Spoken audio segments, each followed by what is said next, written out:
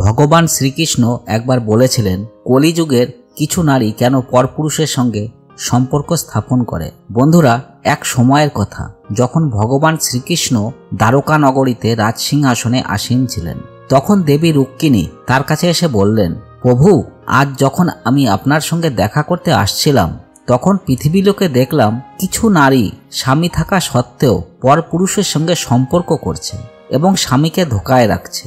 এটি দেখে আমার মনে দুটি প্রশ্ন উঠেছে। আমি চাই আপনি আমার এই দুটি প্রশ্নের উত্তর দিয়ে আমাকে সন্তুষ্ট করুন। ভগবান শ্রীকৃষ্ণ হেসে বললেন, হে দেবী, তোমার মনে যে প্রশ্নই থাকুক আমাকে বলো, আমি তোমার দুটি প্রশ্নের উত্তর দিয়ে তোমাকে সন্তুষ্ট করার চেষ্টা করব। তখন দেবী রুক্মিণী বললেন, প্রভু, আমার প্রথম প্রশ্ন, কলিযুগের নারীরা স্বামী থাকা সত্ত্বেও কেন পরপুরুষের সঙ্গে সম্পর্ক রাখে? আর দ্বিতীয় প্রশ্ন, যে নারীরা স্বামী থাকা সত্ত্বেও পরপুরুষের সঙ্গে সম্পর্ক করে তারা নরকলোকে কি শাস্তি পায়? ভগবান শ্রীকৃষ্ণ বললেন, হে দেবী, আজ তুমি কলিযুগের নারীদের সম্পর্কে যে প্রশ্ন করেছ তা সত্য। কলিযুগে কিছু নারী স্বামী থাকা সত্ত্বেও পরপুরুষের সঙ্গে সম্পর্ক করে, কিন্তু এর পেছনে একটি অভিশাপ আছে যা কলিযুগের প্রত্যেক নারী পেয়েছে। সেই অভিশাপের কারণেই তারা এমন করে। দেবী রুক্মিণী জিজ্ঞাসা করলেন, প্রভু, কোন অভিশাপ? ভগবান শ্রীকৃষ্ণ বললেন, এর পিছনে বহু বছর আগে ঘটে যাওয়া একটি ঘটনা আছে। আমি তোমাকে সেই ঘটনা একটি কাহিনীর মাধ্যমে বলবো। এই কাহিনী শোনার পর তুমি জানতে পারবে কোন অভিশাপের কারণে নারীরা পরপুরুষের সঙ্গে সম্পর্ক করে। কিন্তু মন দিয়ে এই কাহিনী শেষ পর্যন্ত শুনবে, কারণ যে নারী এই কাহিনী সম্পূর্ণ শোনে তারা জীবনে কখনো পরপুরুষের সঙ্গে সম্পর্ক করে না। দেবী রুক্মিণী বললেন, প্রভু, দয়া করে কাহিনী বলুন, আমি মন দিয়ে শেষ পর্যন্ত শুনব। তখন ভগবান শ্রীকৃষ্ণ কাহিনী বলা শুরু করলেন। এক সময়ের কথা যখন কলিযুগ শুরু হচ্ছিল, তখন সোনভদ্র দেশে হর্ষবর্ধন নামে এক রাজা ছিলেন। তিনি সর্বগুণে গুণান্বিত ছিলেন, কিন্তু তার একটি বড় খারাপ অভ্যাস ছিল। তিনি দাবা খেলায় খুব আসক্ত ছিলেন। সেই সময় বিদর্ভ দেশে কাশ্যপ নামে এক রাজা শাসন করতেন। তিনি দমন রাক্ষসকে তুষ্ট করে তার কাছ থেকে বর হিসাবে 4টি সন্তান লাভ করেছিলেন, 3 পুত্র ও 1 কন্যা। পুত্রদের নাম ছিল দম, দয়ত, দমন এবং কন্যার নাম ছিল দুর্গাবতী। দুর্গাবতী ছিলেন অত্যন্ত সুন্দরী ও গুণবতী। সেই সময় 3 লোকে তার সমান সুন্দরী আর কোনো কন্যা ছিল না। একদিন রাজা হর্ষবর্ধন প্রাসাদের বাগানে হেঁটে বেড়াচ্ছিলেন। হঠাৎ তিনি দেখলেন কিছু ময়ূর খেলছে। তারা খুবই সুন্দর ছিল, আর তাদের মধ্যে একটি ময়ূর ছিল অসাধারণ মন মুগ্ধকর। সেটিকে দেখে রাজা হর্ষবর্ধন মুগ্ধ হয়ে গেলেন এবং সেই ময়ূরের কাছে গিয়ে তাকে ধরে ফেললেন। তখন সেই ময়ূর রাজাকে বলল, হে রাজন, আপনি যদি আমাকে ছেড়ে দেন তাহলে আমি 3 লোকের সবচেয়ে সুন্দরী নারী দুর্গাবতীর কাছে গিয়ে আপনার সৌন্দর্য ও গুণের এমন বর্ণনা করব যাতে তিনি আপনাকে ভালোবেসে ফেলবেন এবং আপনার সঙ্গে বিবাহ করবেন। ময়ূরের এই কথা শুনে রাজা হর্ষবর্ধন মনে মনে ভাবলেন, কি ভালো হবে যদি রাজকুমারী দুর্গাবতীর সঙ্গে আমার বিয়ে হয়। এমন ভেবে তিনি ময়ূরটিকে ছেড়ে দিলেন। এরপর ময়ূররা উড়ে গিয়ে রাজকুমারী দুর্গাবতীর বাগানে পৌঁছে গেল। দুর্গাবতী ময়ূরদের দেখে খুব আনন্দিত হলেন। তারপর তিনি ময়ূর ধরতে এগিয়ে গেলেন এবং সেই একই ময়ূরটিকে ধরলেন যাকে রাজা হর্ষবর্ধন ধরেছিলেন। রাজকুমারী দুর্গাবতীকে সেই ময়ূর বলল, হে রানী দুর্গাবতী, সোনভদ্র দেশে হর্ষবর্ধন নামে এক রাজা আছেন। তিনি অত্যন্ত সুদর্শন, যেন স্বয়ং কামদেবের রূপ। আপনি যদি তার সঙ্গে বিয়ে করেন তাহলে আপনার জীবন সফল হবে। যেমন আপনি সমস্ত নারীর মধ্যে সবচেয়ে সুন্দরী, তেমনি রাজা হর্ষবর্ধনও সমস্ত পুরুষদের মধ্যে সবচেয়ে মনোহর। এ কারণেই তোমাদের দুজনের জুটি হবে সর্বোত্তম। ময়ূরের এই কথা শুনে রাজকুমারী দুর্গাবতীর মনে রাজা হর্ষবর্ধনের সঙ্গে দেখা করার ইচ্ছে জেগে উঠল। তখন দুর্গাবতী ময়ূরকে বললেন, প্রিয় ময়ূর, তুমি আমার প্রেম বার্তা রাজা হর্ষবর্ধনের কাছে পৌঁছে দাও। তারপর ময়ূর ফিরে গিয়ে রাজা হর্ষবর্ধনকে দুর্গাবতীর বার্তা পৌঁছে দিল। এরপর থেকে রাজকুমারী দুর্গাবতী দিন রাত রাজা হর্ষবর্ধনকে ভাবতে লাগলেন। তিনি তার সঙ্গে দেখা করার জন্য অত্যন্ত অস্থির হয়ে উঠলেন, কিন্তু বুঝতে পারছিলেন না কিভাবে দেখা করবেন। দিনের পর দিন দুর্গাবতী রাজা হর্ষবর্ধনের কথা মনে করতেন, খাওয়া দাওয়াও করতেন না। এতে তিনি ধীরে ধীরে দুর্বল হয়ে পড়লেন। এভাবেই কয়েক বছর কেটে গেল। তারপর দুর্গাবতীর পিতা রাজা কশ্যপ ভাবলেন, আমার কন্যা এখন বিবাহযোগ্য হয়েছে, এবার তার বিয়ে দিয়ে দেওয়া উচিত। এই ভেবে রাজা কাশ্যপ রাজকুমারী দুর্গাবতীর স্বয়ম্বরের আয়োজন করলেন। এবং সব দেশের রাজাদের নিমন্ত্রণ পাঠালেন। স্বয়ম্বরের আমন্ত্রণ পেয়ে বিভিন্ন দেশের রাজারা সেখানে আসতে লাগলেন। এদিকে দেবর্ষি নারদের কাছ থেকে সব দেবতাও দুর্গাপতির স্বয়ম্বরের খবর পেলেন। তখন দেবরাজ ইন্দ্রও সেখানে যাওয়ার জন্য রওনা হলেন। রাজা হর্ষবর্ধনকেও নিমন্ত্রণ পাঠানো হয়েছিল, তিনিও তৎক্ষণাৎ রওনা দিলেন। রাজা হর্ষবর্ধনের অপরূপ রূপ দেখে দেবরাজ ইন্দ্র পথেই তার গতি থামালেন এবং নেমে এসে সব দেবতা সহ তার কাছে গেলেন। দেবরাজ ইন্দ্র বললেন, হে রাজন, আপনি অত্যন্ত সুন্দর ও গুণবান। দয়া করে রাজকুমারী দুর্গাবতীর স্বয়ম্বর সভায় রাজা হয়ে নয়, আমাদের দূত হয়ে চলুন। তার কাছে গিয়ে বলুন, হে সুন্দরী, দেবরাজ ইন্দ্র, বরুণ, অগ্নি, কুবের ও যম এই দেবতারা তোমার সঙ্গে বিবাহ করতে ইচ্ছুক। তুমি যাকে চাইবে তাকেই স্বামী হিসাবে গ্রহণ করো।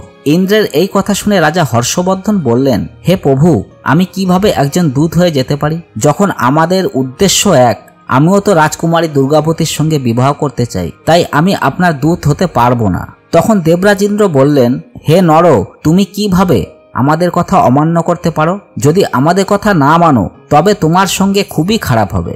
ইন্দ্রের এই কথা শুনে রাজা হর্ষবর্ধন দেবতাদের দূত হতে রাজি হলেন এবং তাদের নির্দেশে রাজপ্রাসাদে প্রবেশ করলেন। প্রাসাদে প্রবেশ করার সঙ্গে সঙ্গেই দুর্গাবতী ও তার সখীরা রাজা হর্ষবর্ধনের রূপ দেখে মোহিত হয়ে গেলেন।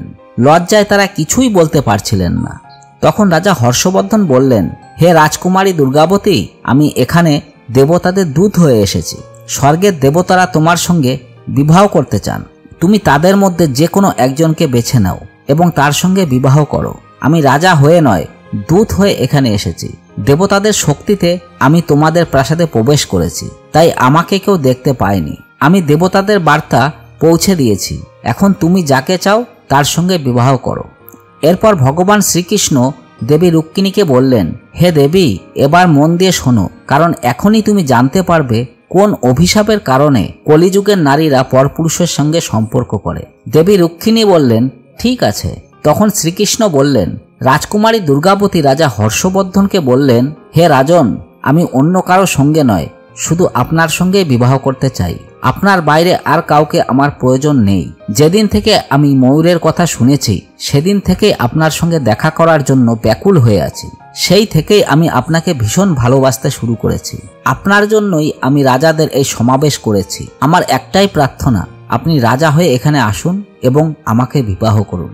যদি তা না করেন তবে আমি আপনার কসম খেয়ে বলছি, আমি বিষ খেয়ে প্রাণ দেব। দুর্গাবতীর এই কথা শুনে রাজা হর্ষবর্ধন খুব দুঃখ পেলেন এবং বললেন, হে দেবী, যখন বড় বড় দেবতারা আপনাকে বিবাহ করতে চান তখন আপনি কেন আমার মতো তুচ্ছ প্রাণীর সঙ্গে বিবাহ করতে চান? আমি তো এসব দেবতার সামনে কিছুই নই। তারা আমার চেয়ে অনেক বেশি শক্তিশালী ও গুণবান। রাজা হর্ষবর্ধন রাজকুমারী দুর্গাবতীকে বললেন, আপনি এই দেবতাদের মধ্যে যে কোনো একজনকে বিয়ে করে নিন। রাজা হর্ষবর্ধনের কথা শুনে রাজকুমারী দুর্গাবতী বললেন, আমি আপনাকে কথা দিচ্ছি যে আমি আপনাকে স্বামী হিসাবে গ্রহণ করব, অন্য কাউকে নয়। তখন রাজা হর্ষবর্ধন বললেন, কিন্তু এই মুহূর্তে আমি রাজা হয়ে নয়, দেবতাদের দূত হয়ে আপনার কাছে এসেছি, তাই এখন আমি আপনার সঙ্গে বিবাহের যোগ্য নই। রাজকুমারী দুর্গাবতী বললেন, এর জন্য আমার কাছে একটি উপায় আছে। যদি আপনি সেই উপায় মেনে চলেন তাহলে আপনার দোষও হবে না এবং আমাদের বিয়েও সম্পন্ন হয়ে যাবে। রাজা হর্ষবর্ধন জিজ্ঞাসা করলেন, কি সেই উপায়? রাজকুমারী দুর্গাবতী বললেন, আপনি অন্য রাজাদের সঙ্গে স্বয়ম্বর মণ্ডপে আসবেন আর আমি আপনাকেই বরমালা পরিয়ে দেব, এতে আমাদের বিবাহ হয়ে যাবে। রানী দুর্গাবতীর কথা শুনে রাজা হর্ষবর্ধন দেবতাদের কাছে ফিরে গেলেন। দেবতারা জিজ্ঞেস করলেন, কি খবর? রাজা হর্ষবর্ধন বললেন, আমি তো রানীর কাছে দূত হয়ে গিয়েছিলাম, কিন্তু রানী দুর্গাবতী এবং তার সখীরা আমার প্রতি মোহিত হয়ে পড়েছেন। আমি যখন আপনাদের বিয়ের প্রস্তাব তার সামনে রাখলাম তখন তিনি দেবতাদের নয়, আমাকে রাজা হয়ে তার স্বয়ম্বর সভায় আসতে বললেন। দেবতারা বললেন, ঠিক আছে, আপনিও রাজকুমারী দুর্গাবতীর স্বয়ম্বর সভায় চলুন। কিছুক্ষণ পর সমস্ত দেবতা এবং দেশের সব রাজারা রাজকুমারী দুর্গাবতীর স্বয়ম্বর সভায় উপস্থিত হলেন। রাজা কশ্যপ তার কন্যা দুর্গাবতীকে বললেন, হে কন্যা, তোমার যাকে ইচ্ছে তার গলায় বরমালা পরাতে পারো। রাজকুমারী দুর্গাবতী রাজাদের ভিড়ের মধ্যে রাজা হর্ষবর্ধনকে খুঁজতে লাগলেন। হঠাৎ তিনি দেখলেন একই রকম মুখ, একই রকম পোশাকের 5 জন রাজপুত্র একসাথে দাঁড়িয়ে আছেন। তিনি অবাক হয়ে গেলেন এবং মনে মনে ভাবলেন, এদের মধ্যে আসল রাজা হর্ষবর্ধনকে কিভাবে চিনব? তারপর রানী দুর্গাবতী বুঝলেন যে এটি দেবতাদের তৈরি মায়া। তিনি দেবতাদের উদ্দেশ্যে বললেন, হে দেবগণ, আমাকে রাজা হর্ষবর্ধনকে চিনে নেওয়ার ক্ষমতা দিন, কারণ আমি রাজা হর্ষবর্ধন ছাড়া আর কারোর সঙ্গে বিবাহ করব না। দেবতারা রাজকুমারী দুর্গাবতীকে সেই শক্তি দিলেন। তারপর দুর্গাবতী আসল রাজা হর্ষবর্ধনকে চিনে নিলেন এবং তার গলায় বরমালা পরিয়ে দিলেন। এভাবেই তাদের বিবাহ সম্পন্ন হলো। স্বয়ম্বর শেষ হওয়ার পর দেবতারা স্বর্গের পথে রওনা হলেন। পথে তাদের সঙ্গে কলিযুগ ও দাপর যুগের দেখা হলো। ইন্দ্রদেব কলিযুগকে জিজ্ঞাসা করলেন, হে কলিযুগ, কোথায় যাচ্ছ? কলিযুগ বলল, আমি দুর্গাবতীর স্বয়ম্বর সভায় যাচ্ছি, তার সঙ্গে বিয়ে করার জন্য। ইন্দ্র বললেন, আরে কলিযুগ, স্বয়ম্বর তো অনেক আগেই শেষ হয়ে গেছে। রাজকুমারী দুর্গাবতী রাজা হর্ষবর্ধনের গলায় বরমালা পরিয়ে তাকে বিয়ে করে নিয়েছেন। ইন্দ্রের কথা শুনে কলিযুগ বলল, এ তো ভয়ানক অন্যায় হয়ে গেল। সে দেবতাদের প্রতি ভীষণ অপমান করেছে, তাই তাকে অবশ্যই এই অপরাধের শাস্তি দিতে হবে। দেবতারা বললেন, রাজকুমারী দুর্গাবতী আমাদের অনুমতি নিয়েই রাজা হর্ষবর্ধনকে বরমালা পরিয়েছে এবং তাকে বিয়ে করেছে। আসলে রাজা হর্ষবর্ধন সব গুণে সম্পূর্ণ ও তার যোগ্য স্বামী, তাই যা হয়েছে তা সঠিক হয়েছে। এ কথা বলে দেবতারা সামনে এগিয়ে গেলেন। তখন কলিযুগ দাপরকে বলল, আমি আমার রাগ সহ্য করতে পারছি না, এই কারণে আমি রাজা হর্ষবর্ধনের দেহে প্রবেশ করব এবং তাকে রাজ্যহীন করে দেব। তখন সে রাজকুমারী দুর্গাবতীর সঙ্গে থাকতে পারবে না। রাজার শখ হচ্ছে দাবা খেলা, তাই তুমি দাপর দাবার গুটির মধ্যে প্রবেশ করে আমাকে সাহায্য করবে। দাপর কলিযুগের কথা মেনে নিল।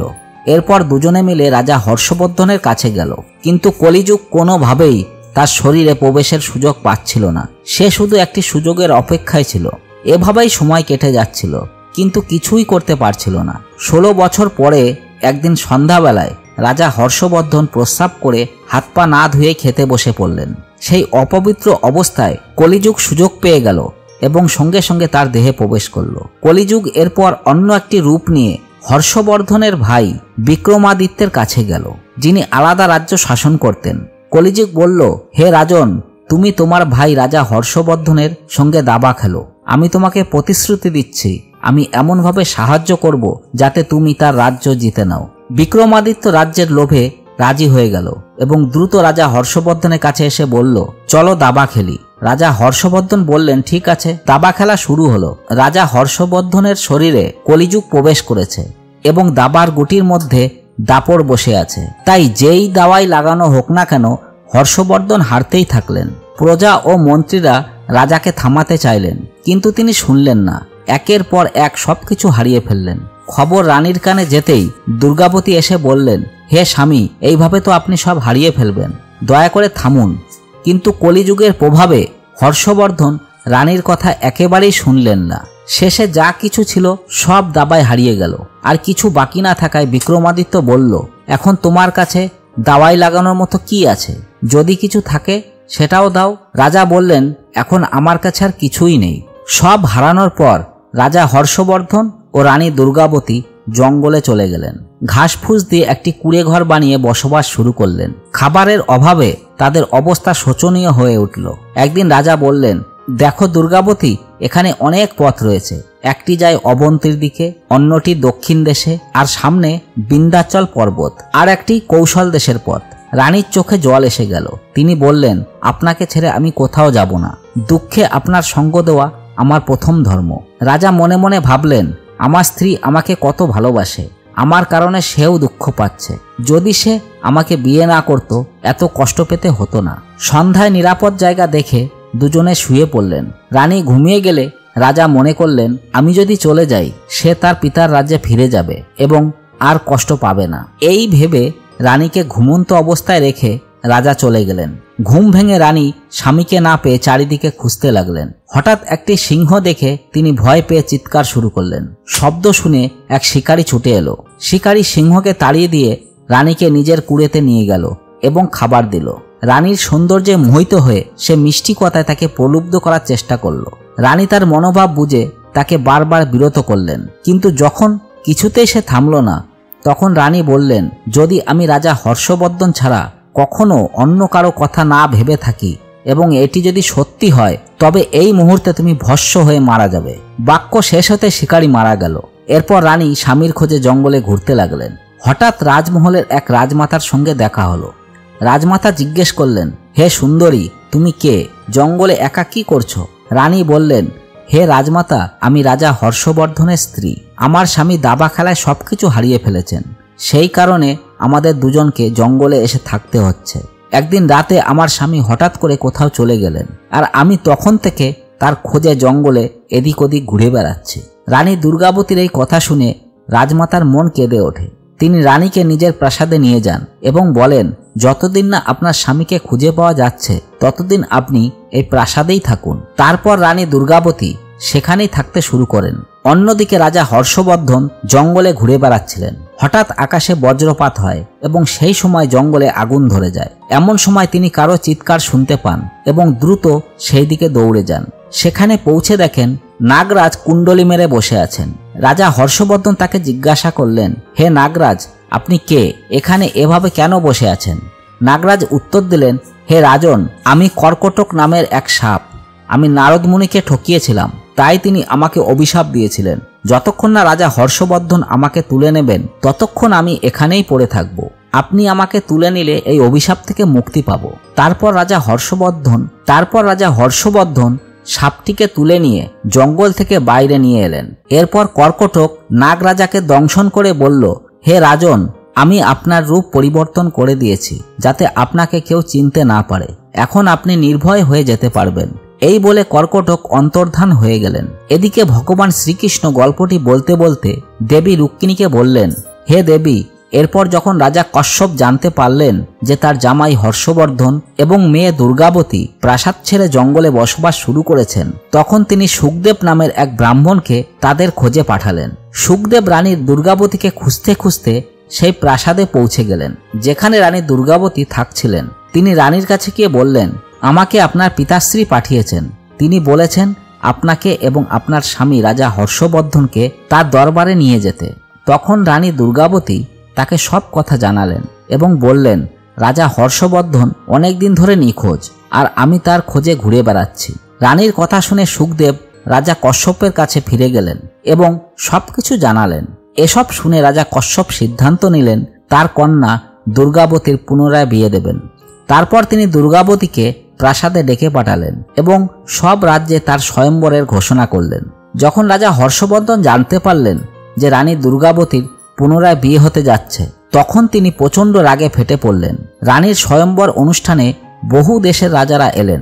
ঠিক তখনই রাজা হর্ষবর্ধনও সেখানে পৌঁছে গেলেন। রানী দুর্গাবতী তাকে দেখেই সঙ্গে সঙ্গে গিয়ে জড়িয়ে ধরলেন এবং পিতার কাছে বললেন, পিতাশ্রী, আমি আর দ্বিতীয় বিয়ে করব না, আমি আমার স্বামীর সঙ্গেই থাকতে চাই। রাজা কশ্যপ বললেন, ঠিক আছে। কিন্তু রাজা হর্ষবর্ধন খুবই ক্রুদ্ধ ছিলেন, কারণ তার জীবিত অবস্থায় রানীর দ্বিতীয় বিয়ের আয়োজন করা হয়েছিল। এই ঘটনায় তিনি এতটাই রেগে গেলেন যে রানী দুর্গাবতীকে অভিশাপ দিয়ে বললেন, হে রানী দুর্গাবতী, যেমন তুমি আমার জীবিত অবস্থায় অন্য পুরুষের প্রতি আকৃষ্ট হয়েছিলে, তেমনি কলিযুগের প্রতিটি নারী নিজের স্বামীর জীবিত অবস্থায়ও অন্য পুরুষের প্রতি আকৃষ্ট হবে এবং পরপুরুষের সঙ্গে সম্পর্ক রাখবে। বন্ধুরা, যদি আপনাদের এই গল্পটি ভালো লেগে থাকে তবে ভাগ্যের চোখে চ্যানেলটি সাবস্ক্রাইব করুন এবং বেল আইকনটি চাপতে ভুলবেন না। আপনাদের সকলকে হৃদয় থেকে ধন্যবাদ।